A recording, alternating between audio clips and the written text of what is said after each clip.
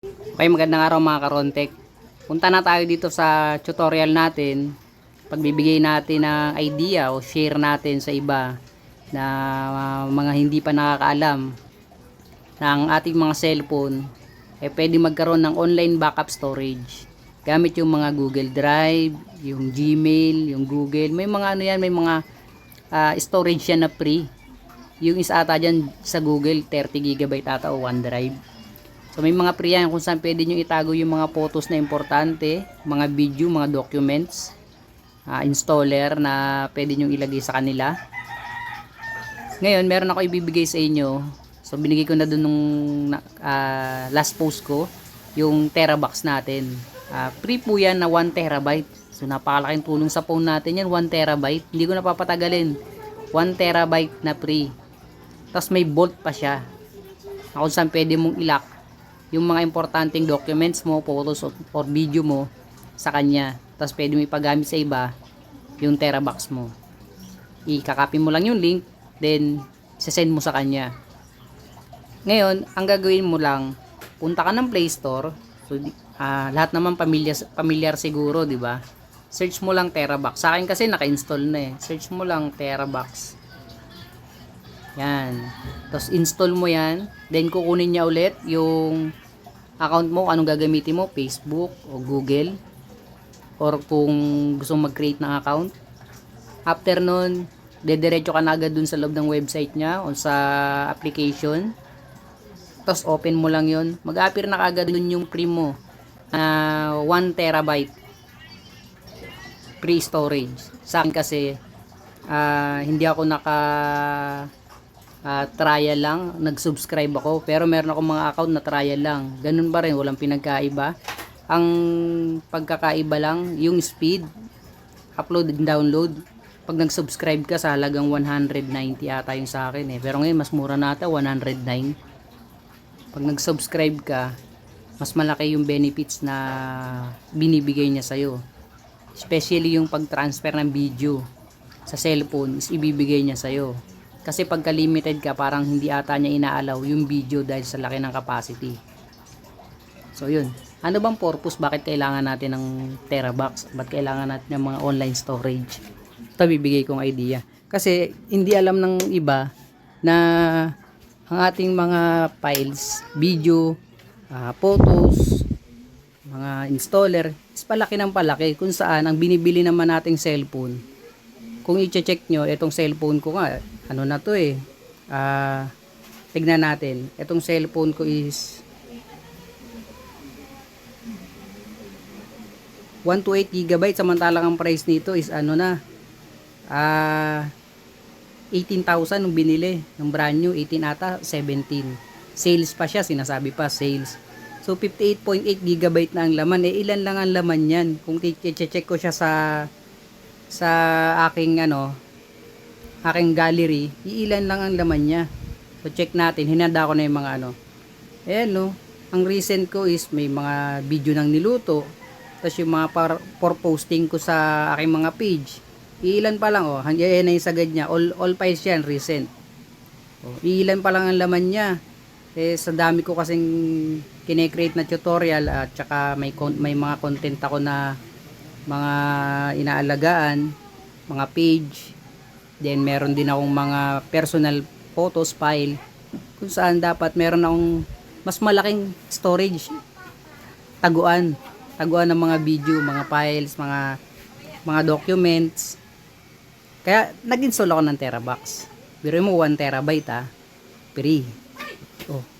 Saan ka pa? Ayan, tingnan nyo, makikita nyo dyan yung mga files, mga documents, kung saan lahat ino-organize ko, sino-sort ko siya, kasi ayoko talaga yung magulo yung files ko eh. Ayoko magulo yung mga photos, mga video, subject for upload, subject for download. Kung makikita nyo dito sa isang files ko na PH everything else, lahat yan, tingnan nyo. Nakalagay yung for upload, for download, at saka yung mga na-edit na. Kasi ayoko makopyrights ako sa sarili kong page, tapos na-post ko dun sa isa kong page, baka makopyrights. Yun.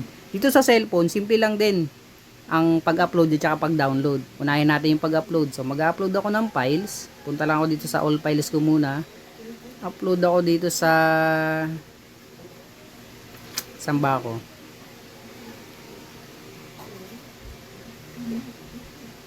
Punta ako rito sa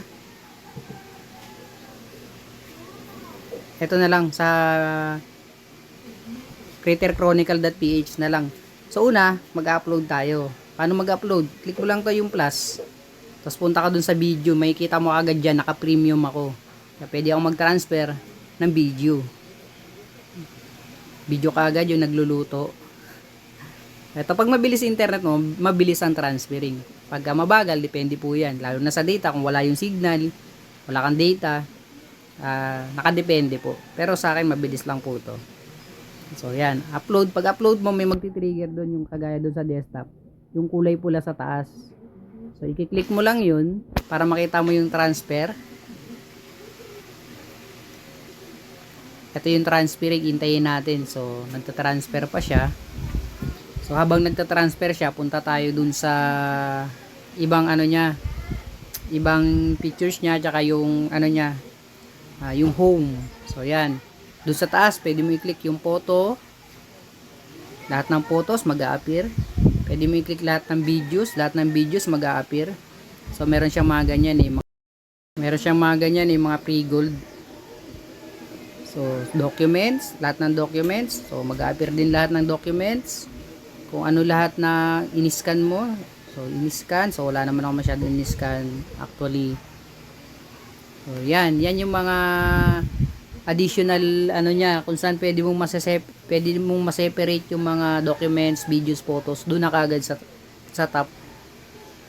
Share. O, click natin yung share. Pagka mag-share ka, i-click mo lang to. Tapos, copy the link. Yan. Content has been copied to clipboard. Then, paste mo dun sa messenger, sa kung saan. Sample natin, share natin sa messenger ng ano, sarili kong messenger.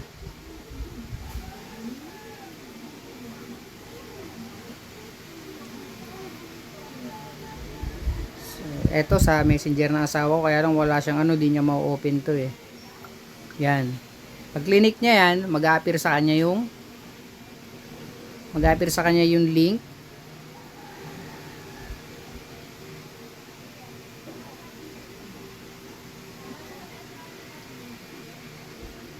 Pag click niya dun sa link, mapupunta siya dun sa TeraBox. Kung saan sasabihin ng TeraBox na use the TeraBox app to upload, download, and cloud storage. Then save. Go to TeraBox to save. Continue. Download. View all download list. Ayun na, napunta na sa akin. Unti na lang. Da-download na niya yung image. Yung IMG 2024-0104.jpg. Kailangan may TeraBox po kayo Yung pagpapasahan nyo, kailangan may TeraBox. So, continue downloading na.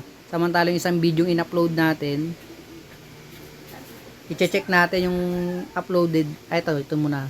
Ito na yung ano, confirm to gallery.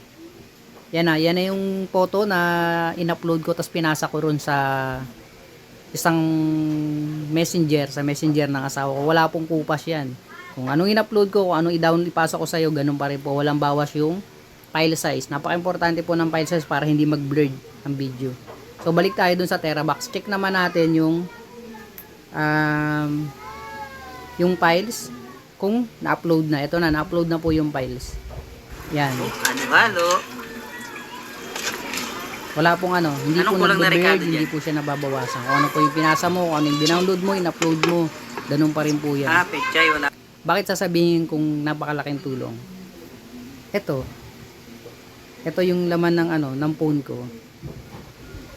Ito yung laman ng phone ko. Lahat yan, idadaling ko agad ulit sa TeraBox.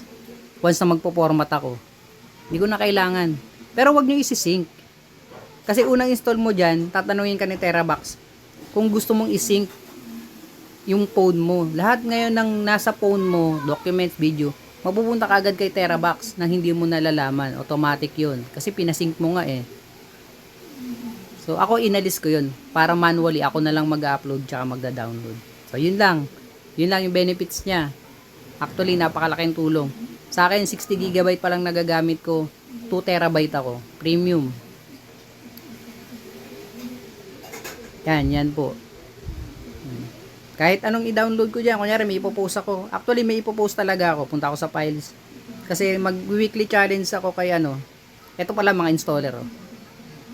Hindi ko pa nalalagay yung iba. Mag-weekly challenge ako sa files ko na PH Everything Else. So, naka-sorted na to. So, meron ako ditong photos for PH Everything Else. Yan. So, magda-download muna ako ng isa rito. Siguro, ito na lang. Kahit hindi nga isa kahit sabay-sabay Sabay-sabayin ko na yan, oh. Para magkaroon ako ng picture sa cellphone ko na pang-upload at saka pang-download.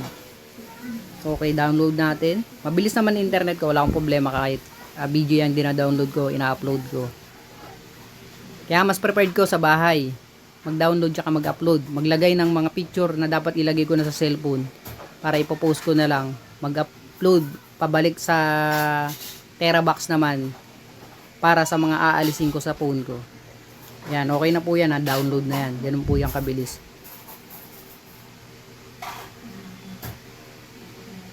Yan. Dito na yan.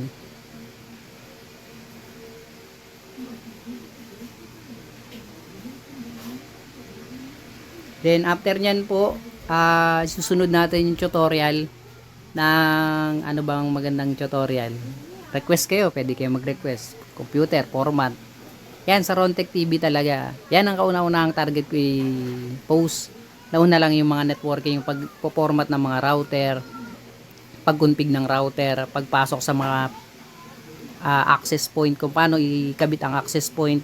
So ngayon, bubuhayin ko ulit yung Rontech TV ko and Shenron Gaming na YouTube.